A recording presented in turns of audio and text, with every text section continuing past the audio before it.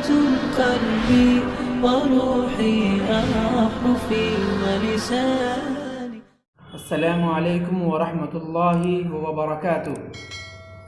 ناظرین کرام، آج کی نشست کا موضوع سجدہ سہو ہے کہ نماز کے اندر بھولنے کے کئی اسباب ہو سکتے ہیں، جیسے کہ آدمی نماز میں درمیانہ تشہد بھول جائے، نمبر 2 نماز کے اندر کوئی زیادتی ہو جائے، نمبر 3 نماز کے اندر کوئی کمی ہو جائے، نمبر 4 نماز میں شک پیدا ہو جائے. تو آئیے بالترتیب دیکھتے ہیں کہ حدیث کے اندر اس سلسلے میں کیا ذکر ہے. سب سے پہلی حدیث میں آپ کے سامنے پیش کروں جو صحیح بخاری حدیث نمبر 1224، جس کے راوی حضرت عبداللہ بن بحینہ رضی اللہ عنہ سے روایت ہے کہ نبی کریم صلی اللہ علیہ وسلم نے انہیں نماز ظہر پڑھائی. آپ 2 رکعتوں کے بعد کھڑے ہو گئے، تشہد کے لیے نہ بیٹھیں. لوگ بھی آپ کے ساتھ ہی کھڑے ہو گئے، حتیٰ کہ جب نماز پوری ہوئی تو لوگ آپ کے سلام کا انتظار کرنے لگے، مگر آپ صلی اللہ علیہ وسلم نے بیٹھے ہوئے ہی تکبیر کہی اور سلام سے پہلے 2 سجدے کیے، پھر سلام پھیرا. اس حدیث کے اندر آپ صلی اللہ علیہ وسلم نے سجدے سہو کا طریقہ بھی بتایا ہے، اور اس حدیث سے یہ بھی معلوم ہوتا ہے کہ اگر کوئی شخص درمیانہ تشہد بھول جائے تو اخیر کے 2 سجدے کرنے سے اس کی نماز ہو جائے گی. اسے ایسے شخص کو آخر میں 2 سجدے کرنے پڑیں گے سہو کے، تو وہ سہو سجدے اس کی نماز کے لیے کافی ہوگا. اسی طرح نماز کے اندر کوئی کمی ہو جائے تو اس سلسلے کی حدیث صحیح بخاری کے اندر حدیث نمبر 582 اور صحیح مسلم کے اندر حدیث نمبر 573، جس کے راوی حضرت ابو ہریرہ رضی اللہ عنہ ہیں، روایت کرتے ہیں کہ نبی کریم صلی اللہ علیہ وسلم نے دوپہر کی 2 نمازوں، راوی کو شک ہے کہ آیا وہ نماز ظہر کی تھی یا عصر کی، 2 نمازوں میں سے ایک میں 2 رکعتیں پڑھیں اور سلام پھیر دیا. پھر مسجد کے سامنے ایک لکڑی کے پاس کھڑے ہو گئے اور اس پر اپنے ہاتھ رکھ لیے.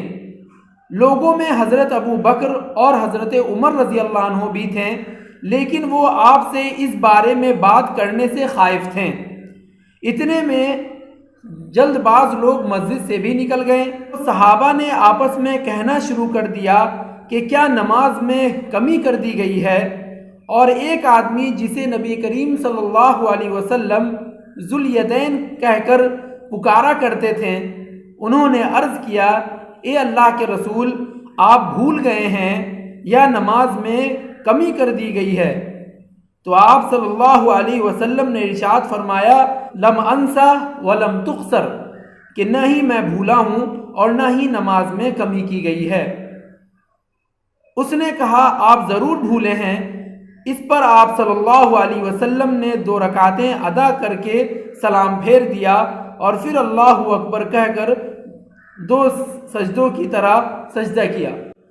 اس حدیث کے اندر معلوم ہوا کہ اگر نماز کے اندر کوئی کمی واقع ہو جائے، یعنی 4 کی جگہ پر اگر کوئی 2 رکعت پڑھ لیتا ہے تو اس کے لیے صرف سجدہ سہو سے کام نہیں چلے گا، بلکہ ایسے شخص کو جو نماز چھوٹی ہے پہلے اسے ادا کرے گا، اس کے بعد آخر میں 2 سجدے سہو کرے گا. اسی طرح ایسا شخص جسے نماز میں شک پیدا ہو جائے کہ ہم نے کتنی رکعت نماز پڑھی، آیا ہماری رکعت 3 ہے ہوئی یا 4 ہوئی، تو ایسے شخص کو یقین پر بنا کرنا چاہیے.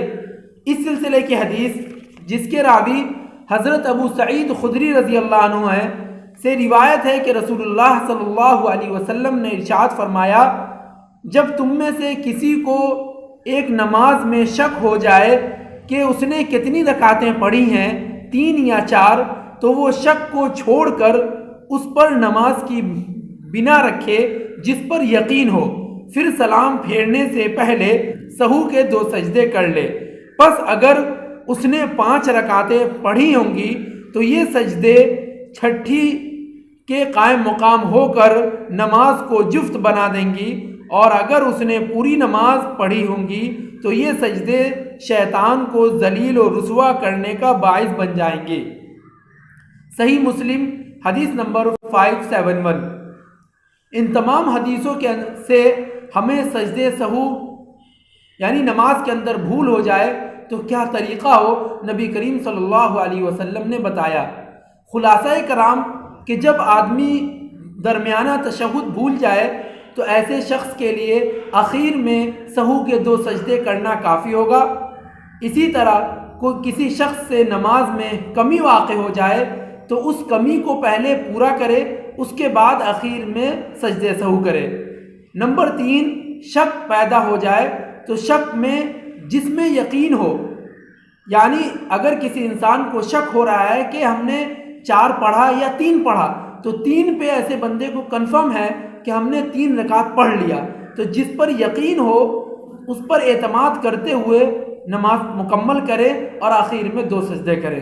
آخر میں اللہ رب العالمین سے دعا ہے کہ اللہ تعالی ہم تمام لوگوں کو خشوع اور خضوع کے ساتھ نماز پڑھنے کی توفیق عطا فرمائے، آمین۔ وآخر دعوانا الحمد للہ رب العالمین، والسلام علیکم ورحمۃ اللہ۔